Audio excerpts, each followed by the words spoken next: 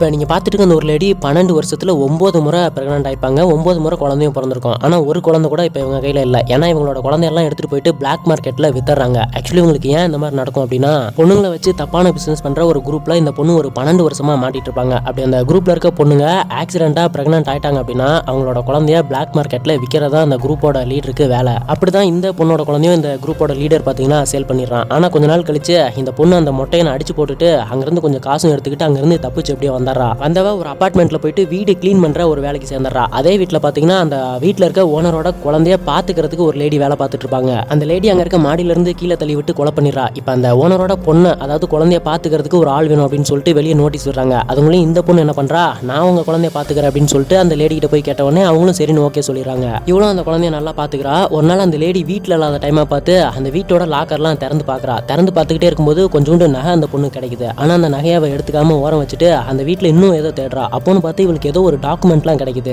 So அப்புறம் தான் இவன் எதுக்கு வந்திருக்கா அப்படிங்கிறதே தெரிய வரும். ஆக்சுவலி இவளோட குழந்தைய தேடி தான் இவன் இந்த வீட்டுக்கே பிளான் பண்ணி வேலைக்கு சேர்ந்திருப்பா. இவளுக்கு டெலிவரி பண்ண டாக்டர் கிட்ட போயிட்டு இவளோட குழந்தைய யார் அடாப்ட் பண்ணாங்க அப்படிங்கிறத கேட்டு தெரிஞ்சுக்கிட்டு தான் இவங்க வந்திருக்கா. அந்த அடாப்ட் பண்ணதுக்கான டாக்குமெண்ட் எல்லாம் தேடி தான் இவன் அந்த லாக்கருக்குள்ளே வந்திருப்பா. ஏன்னா அந்த டாக்குமெண்ட்டை வச்சு கோர்ட்ல கேஸ் போட்டு இது என்னோட குழந்தை தான் அப்படின்னு ப்ரூவ் பண்ணி திரும்ப இவளே வாங்கிக்கலாம் அப்படிங்கிறதுக்கு பிளான் பண்ணி தான் உள்ள வந்திருக்கா. ஆனா கிளைமேக்ஸ்ல டிஎன்ஏ டெஸ்ட் எல்லாம் எடுத்ததுக்கு அப்புறம் தான் தெரியும் இது இவளோட குழந்தையே கிடையாது அப்படின்னு. கடைசியில இவளுக்கு தெரிய வந்துடும் அந்த டாக்டர் தான் இது என் குழந்தை அப்படின்னு சொல்லி பொய் சொல்லியிருக்கான் அப்படின்ட்டு.